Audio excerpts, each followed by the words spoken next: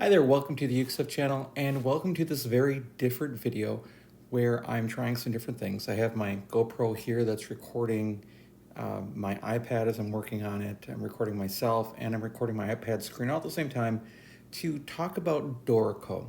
And this video is going to be about Dorico on the iPad, something that I've had for quite a while and haven't reviewed and needed to review. And I'm going to post this video both on the ukestuff channel and the Tech and Music Ed website. And I'm not going to go through the whole process, but I really like Dorico.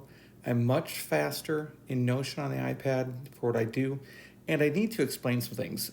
When I was a high school and middle school choir director, I needed to take choral scores and put them into a notation program, partially so I could actually have accompaniment, because our schools wouldn't pay necessarily for an accompanist all the time, maybe for a concert, especially at the high school level, but not on a daily basis.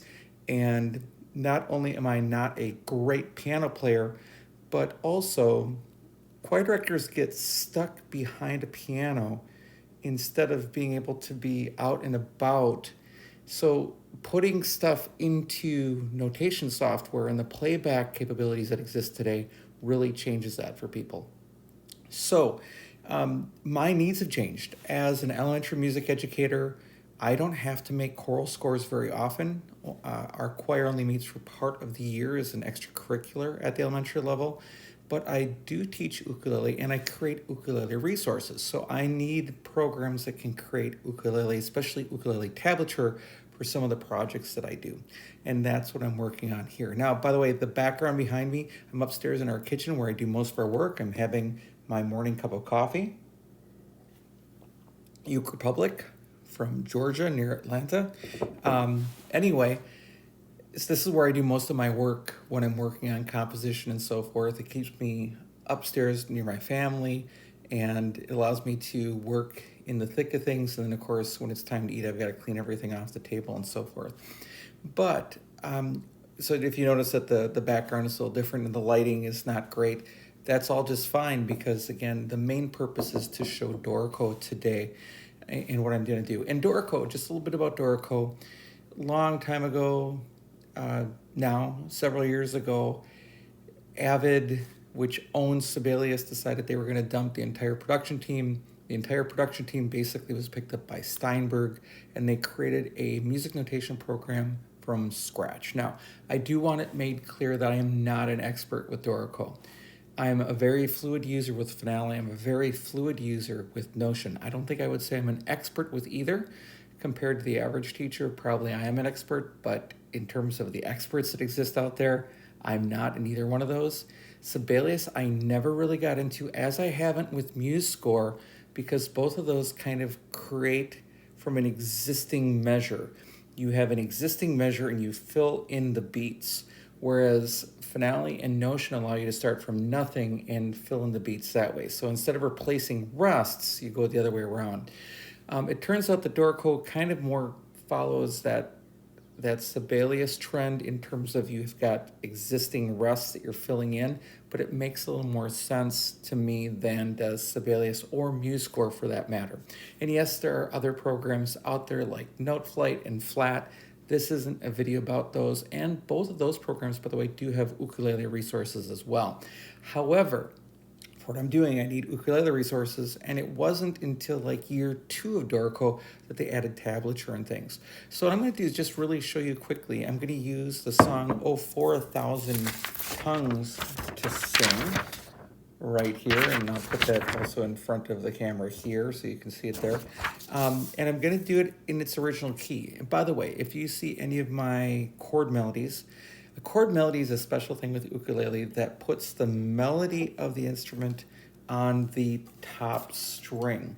So as you play a chord, you end on the top string. So for example, on the first note, you'd want a D. And then you're going to want a G chord where you end on a G.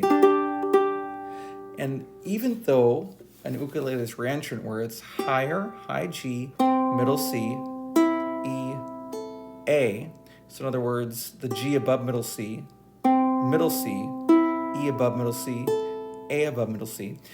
Even though the ukulele is tuned generally that way, ultimately, when you're playing a chord melody and the last note is the highest note, you're playing everything with your thumb, the last note is the highest note that you hear, well, then it makes a lot of sense. So you can arrange basically sort of choral pieces using your ukulele and playing just chords rather than having to learn full out tablature and without just playing one note at a time, sort of like a standard instrument that can only play one note at a time, unlike a piano that, you can play chords and all sorts of things. Now, can you go further than that in ukulele? Sure, but for many people, chord melody is a great recreational way to start. So I'm just going to show you how I've been using Dorico. And again, I'm not using Dorico to publish things right now. I'm still using Notion, but I've been getting to know Dorico better. And I'm going to show you what I'm going to do here. So I'm recording the screen. I'm going to switch over to the screen here on the iPad. And I am actually going to create a new score. So let me go back to create new here. I guess we're ready to go. And for what I do, guitar with tablature is what I want to use. Now, I'm not creating for guitar, but that's okay. I'll show you that in just a second, but this is the easiest hack to get in there. Also, with Dorico, you're gonna want a keyboard attached. You can get to many of the functions just on the screen, but a keyboard is gonna make things a little bit easier. And no, I'm not a master of this program by any means yet. I can just basically do what I need to do. So I'm gonna put in the title here, oh, for 1,000, capital T there, tongues to sing, and then it's going to be Charles Wesley. I've got the background of Charles Wesley loaded here, and what I do is I cut and paste the information that I need for that. So, having some trouble selecting in Dorico right now, but that's okay. Then I just move my cursor over to where I need it to be and fill in those dates and change those around a little bit so that it fits the style that I've been working with. And that's probably all I'm going to do here. My key signature is going to be in the key of G. My time signature is going to be in 3/4. I want to start those off right. Guitar with tablature, and then we're good to go. And here is my entry format. I'm going to change a couple of things around here. So I'm going to go to Setup. There are 4 modes with Dorico. There is Setup, Write, Engrave, and Play. I want to be in Setup, and I want to open up the little guitar thing here, and I want to go to the ... change instrument to fretted instruments, and then switch down to ukulele, like that. And I'm going to change that. And if you notice, now when I go to Write, I'm now in a 4-line tablature, string 4, string 2, and 1. And I'm ready to go. And then there's only one other thing I need to do to start getting ready to go here, which is to tell Dorico that there's a pickup measure. So 3/4 tells it that it's in 3/4. And I just double tapped on 3/4 to get that. A comma 1 tells it that there's a 1-beat pickup, and I press enter. So now I'm ready to start entering notes. I'm going to go down here in the lower left to the little guitar shape where I can select a fretted instrument to start putting in notes. And this is very useful to me as an ukulele player because then I can think using the ukulele as I'm going. So I'm not going to do a lot here. I just want to show you how this is working. Now, the other thing that I have to do is as I'm entering notes, Sibelius is going to show us what part of the beat we're in. You choose your note values here, and there are shortcuts on the keyboard as well that you can use. But I also click this button up here so I can enter a chord at one time. I had a little technical issue there. My GoPro was dying, so I have to have it plugged in. Now I can go back to where I was saying. So I've turned on this button right here that allows me to enter a chord at one time, and I usually compose with ukulele in hand at any moment. So let's do this. So I'm going to start looking at the original score, which I will just show right here. And this is just, again, what you can find on Wikipedia and so forth.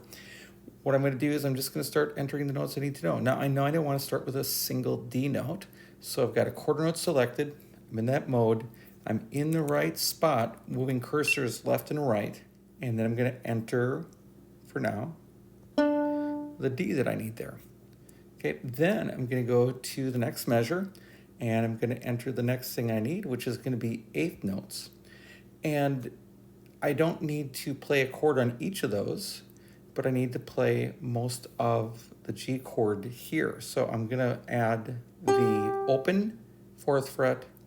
I'm going to add the second string, or sorry, second fret of the third string, then the third fret of the second string. And when I play that, you're going to hear this now. And then I'm going to repeat that note right here. And that's that first part of that first measure. Now, I need the D chord with an A on top, and that would be a standard D chord. And these are both quarter notes, so I'm going to go second fret of the fourth string, second fret of the third string, second fret of the second string, and then an open fourth string. Oh, and I added one too many there, so I'm going to hit the back button up here. So I've got too many, and now it's going to sound like this. And now I can't see that last note there either. So let's double check what's going on here. Got something too much. That one has too many in there. Let's double try this one again just to make sure I'm good. Make sure I'm in note entry mode. There we go. And then I need to add that chord again and move to the right position marker. Like that.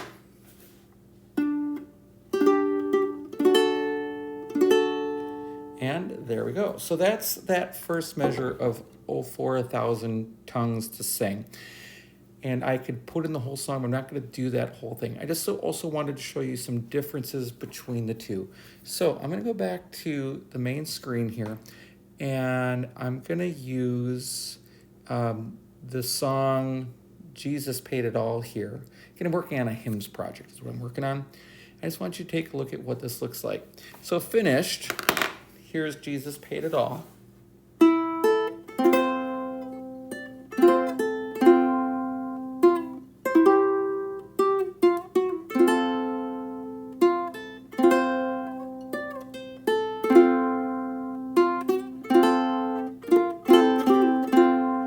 There's "Jesus Paid It All" on Dorico. And as I zoom in a little bit, you can see how it looks. And it doesn't print out this other stuff.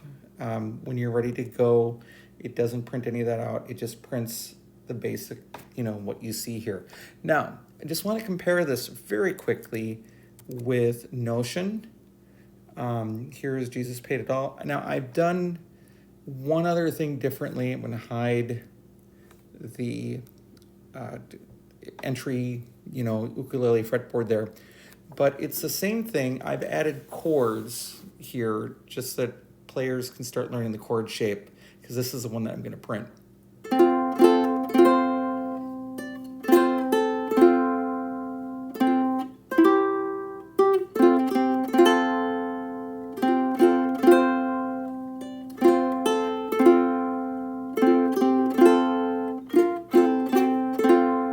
And that's "Jesus Paid It All" and how it looks on Notion compared to how it looks on Dorico.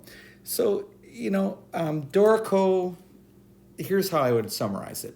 Dorico is basically a desktop experience that actually generally benefits from having the full keyboard attached. There's going to be a steeper learning curve. It's a little bit harder to use. I don't think that's bad, because you just have to learn it. I'm in the help all the time trying to figure out what to do, how do you put in, how do you move the measures, how do you do all these other things. And again, you have 4 modes. You have setup, write, engrave, and play. Now, when you want to play it, it actually brings you to your traditional sort of like piano roll. And, there's a lot of things you can do. Versus Notion, which is, in this format, still has a lot of power, by the way, but it isn't going to end up giving you as many options with engraving and so forth. it is for me easier to get stuff in. And I think that would be true of most players. Now, what you can do is you can take what you write in Notion and bring it into Dorico, or what you write in Dorico and bring it into Notion. But there is one challenge here, which is the tablature gets lost between the two. So if you're working like I do on ukulele or guitar stuff, you're gonna get lost. One other thing about Notion is that it was really created, this most recent iteration, which is now in, its 6th version or whatever. It was when Jim Boitnott bought and acquired Notion. It's now owned by Personas, but he was a guitar player that wanted a program that was friendly for guitar players to use, and it really is, and therefore that translates probably better to ukulele. However, anything Notion can do, Dorico can do as well, including adding fretboard shapes. So let me show you one other thing before we go here. I wanted to also show you The Lion Sleeps Tonight. And on The Lion Sleeps Tonight, again, this is copyrighted. It's not really copyrighted. The song itself is copyrighted, but the actual song comes from an African folk song, so let's hope that I can use this. But you can even add the custom chord shapes here, like with the F and the B flat showing, the bar. Oh, I don't want to do that. Undo. There we go. The F and the B flat with the, there it is. Come on, there you go. The F and the B flat with the bar, so you can make the B flat chord. All right, so let's go to engrave mode really quickly. I just want to let you see what this sort of sounds like. So.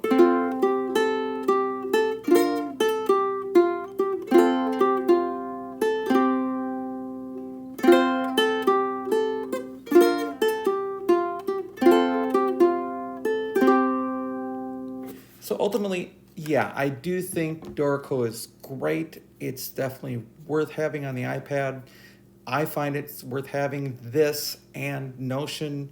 I also have Symphony Pro on there. I also have StaffPad on there, although StaffPad doesn't do anything really for me as an ukulele player yet. Maybe it will at some point.